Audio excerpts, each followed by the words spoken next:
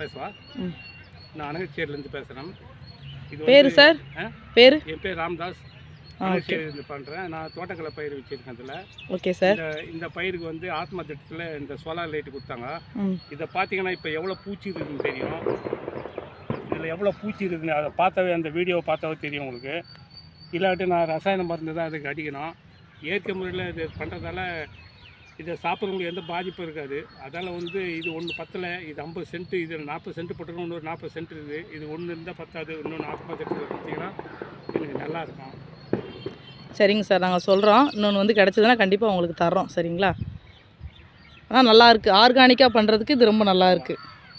வேறு என்னென்ன மாதிரி பூச்சிங்களாம் இது கட்டுப்படுத்துது? இது வந்து பூச்சி பேர் ஏதாவது தெரியுமா உங்களுக்கு? பட்டாம்பூச்சி இருக்குது. ஓகே. பேன் இருக்குது.